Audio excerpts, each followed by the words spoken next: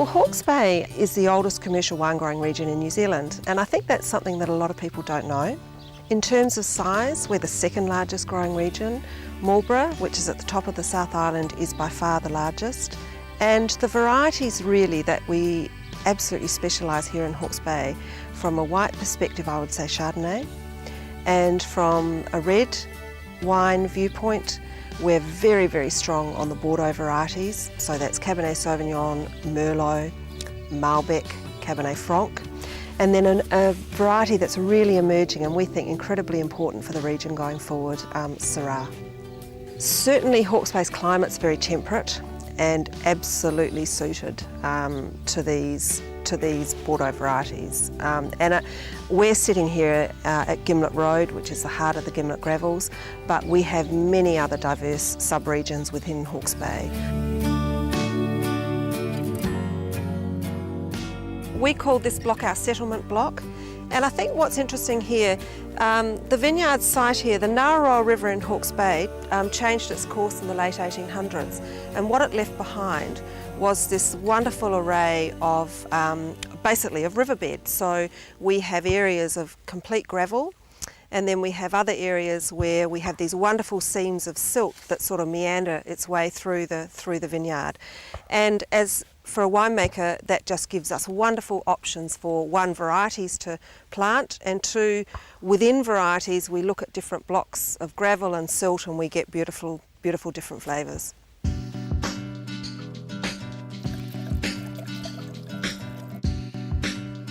Hawke's Bay is one of the warmest regions in New Zealand for growing wine, and that's why particularly we're suited for the what are known as the Bordeaux varieties. Cabernet Sauvignon is later ripening. We would typically harvest Cabernet here in our vineyards about the 3rd or 4th week of April. Sometimes we go into the 1st week of May. So that's the latest of all the varieties we pick. Merlot is earlier ripening. And that's really important too, because even in cooler years, which we do have, Merlot still consistently gets ripe. So it becomes a very important component of these blended reds. Malbec, for me, the Malbec we grow has incredibly intense purple colour. It's quite unique when you see it in a glass, and it has an intensity of spicy fruit that I don't see in those other Bordeaux varieties, and that's why again we love to blend with it. We see it lifting and enhancing the characteristics of both Merlot and Cabernet, but we like to do that subtly. So the percentages of Malbec, which is quite strong and pungent, are much lower in the blend. But once you collectively look at these varieties, and if they are grown well and managed correctly, and you reach a ripeness of taste and balance, then these wines are absolutely spectacular.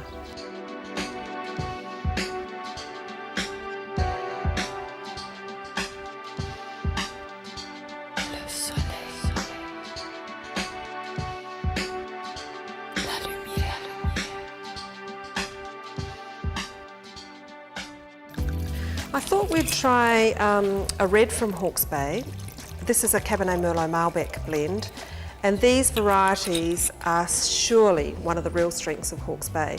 Not unique to Hawke's Bay. We see these blended reds come from Waiheke Island, certainly north of Auckland, Matakana, and certainly if we even go down to Blenheim, we see some South Island sites producing these. But our consistency in climate and warmth here in Hawke's Bay means it's one of our key varieties. Or wines, I should say. So when I look at this Cabernet Merlot Malbec, I mentioned about looking at colour. I would expect this wine to be sort of deep red with some nice purple tinges, which indicates its youth. And I see that straight away. It's quite dense in colour, absolutely beautiful. And then the aroma for me, I immediately see some just lovely fresh sort of blackberry and blackcurrant fruit characters coming through, and that's typically Cabernet. There is some warmth and some spice. The sort of warm spiciness I attribute to ageing in oak, in French oak, and that is certainly a component of this wine. But we like to see that in balance with the fruit characters as well. When we blend wines and age them in oak, it's really imperative that we get the balancing and the matching correct. We don't want one component to dominate. I see some lovely sort of plummy spiciness that comes from Merlot, and that's all part of the blend. And one of the reasons we blend varieties together is that we believe the synergy of the varieties interacting actually produces a better wine than each individual variety on their own. This is a Cabernet Merlot Malbec. The palate is quite strong and firm. This has been aged in oak for nearly 18 months, and that's exactly what I'd expect. The oak has contributed some lovely tannin. There's some really silky roundness from the tannins as it's mellowed, I suppose, in that time in oak. The fruit characteristics, they're absolutely vibrant, which is New Zealand wine. Particularly that sort of blackcurrant flavours coming through on the palate, and we see some beautiful softening that Merlot contributes. It contributes a lovely sort of velvet texture to the palate, and the Malbec just really combines some lovely spice with that as well. I can still taste it in my mouth now, and that's exactly what I'd expect from a Hawke's Bay blended red.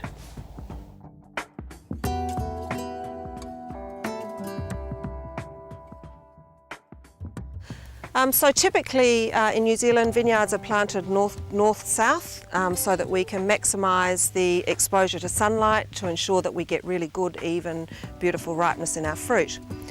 One of the changes we've had to make in the vineyard in the last 10 years has been the addition of wind machines for frost protection. We planted our first fruit here in 1981, and up until 2001, frost had never been an issue. But we have had significant frost events here in Hawke's Bay and indeed throughout New Zealand. And one of the things that, yes, we've had to do to ensure that we have continuity of fruit is to frost protect. So when we go and have a look around our vineyard area here, we have on the property 8 wind machines to counter frost, and we also have some overhead irrigation systems as well in some of our younger plantings. So I find that quite interesting that that's a development that's occurred in the last 10 years.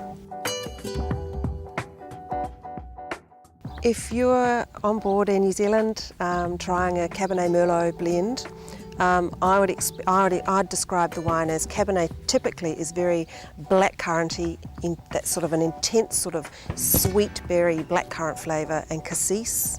Cabernet Sauvignon has slightly firmer acidity and tannin, and it's the backbone of the wine. We then blend with that Merlot, which is much softer. It has really plummy, again, sweet fruits, and I see, depending on sites, also some lovely savoury sort of earthy characters that come through with Merlot. So when you try this wine, you'll see a combination of those, and they blend beautifully together. Tannin is very important in red wine, and certainly when we select wines for in-flight, we love there to be plenty of tannin in the wine, but it must be round and soft and silky. And when I say tannin, some people may not know what that means, but when you put a red wine in your mouth, and if it has a lot of aggressive tannin, it makes your mouth pucker, and it's almost like there's a lot of tannin in tea that can be quite drying, and that's what I'm talking about. We love there to be a lot of tannin, but to round it and just ensure that they have a really silky delivery on the palate.